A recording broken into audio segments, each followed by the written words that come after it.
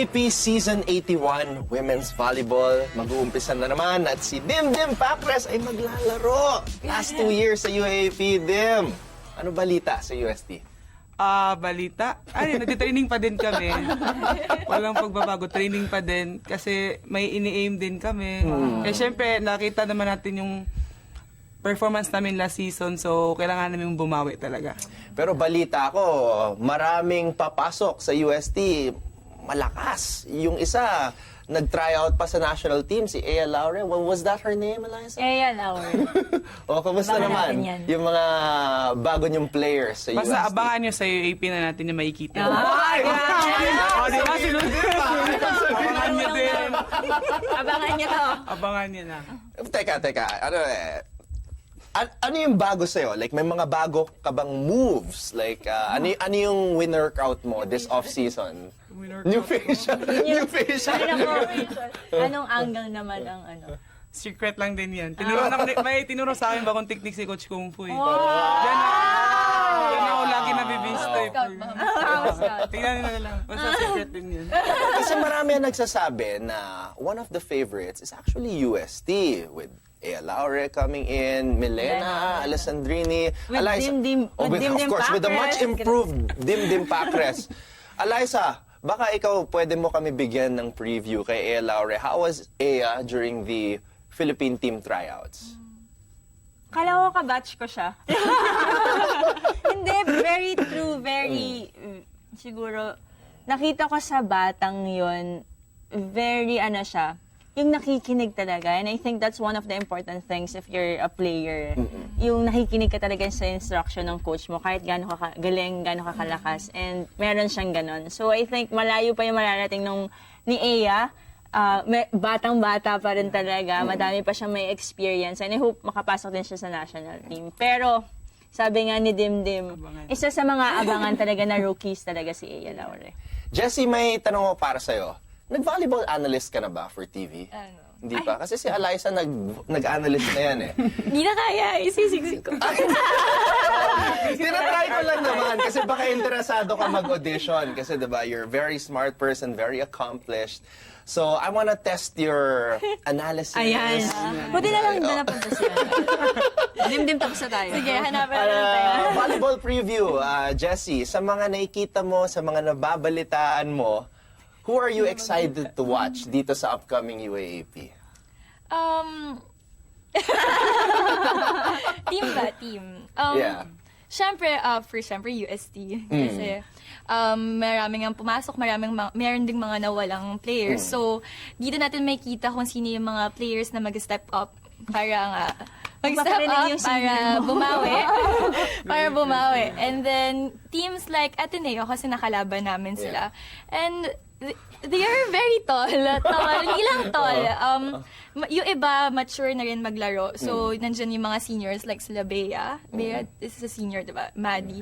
So, may kita rin natin kung paano nila dadalhin rin yung mga teammates nila for this season. And then, yung mga nag-Final Four, syempre kaabang-abang din yan. Kasi kung paano nila i-maintain yung spot nila last year to this year. And then, yung mga hindi nakasama sa Final Four last year, syempre babawi yan. So, yun yung abangan natin sa iyo. Pwede. Di ba, Eliza? Pwede. Yung analysis niya tuloy-tuloy. Schedule mo. What's your schedule Pwede like? pa kasi kahit one game lang. Eliza, you got excited when Jessie mentioned Ateneo.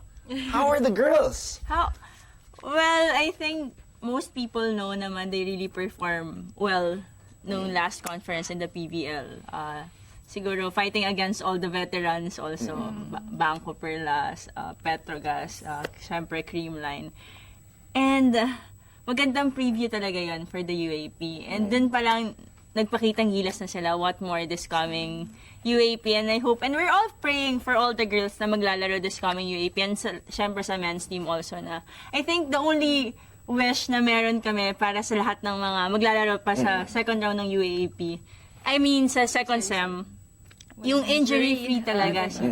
Kasi gusto nating makita yung full potential nila hanggang matapos yung season. So, abangan natin yung Ateneo. Okay lang, Dim? Abangan din kami. I think, Abangan din kami.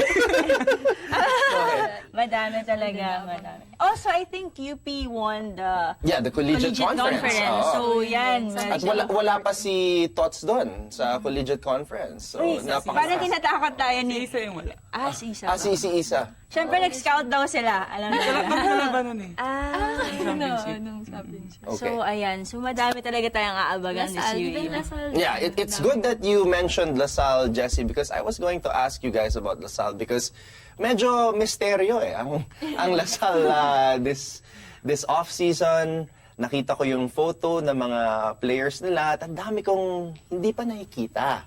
So, what are your thoughts on LaSalle? They're the 3-time champions. How can they defend their championship with a mysterious, surprising lineup na hindi pa tayo sure kung sino ba ang ilalabas na baraha ni Coach Ramil? Yun, I think that's one of the most exciting part talaga in the UAAP.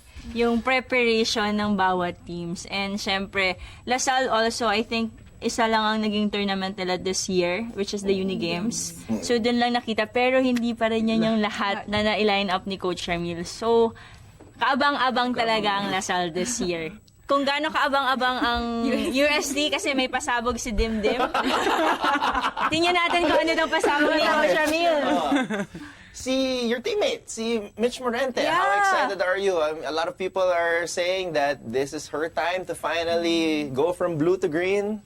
Alam mo, any color, ang importante, you do what you love also. And I think Michelle really loves volleyball. That's why kahit saan pa siya maglalaro siya and i-represent niya kung ano yung school na pinaglalaruan niya kasi mahal niya yung volleyball. And we're just really happy na ipagpatuloy niya yung dreams niya talaga. So, really looking forward sa ipa-perform ni Michelle Morante this year. And because all of us are wearing the PVL t-shirts, we're all excited for this Saturday. So, eto na ang... by the way, I was told that the tickets are almost sold out. As in, pagbukas ng ticket selling online, ang dami na agad na nakabili at Kasi nakakuha ng alam tickets. mo bakit? Bakit? Alam mo kasi nila nandun ka eh.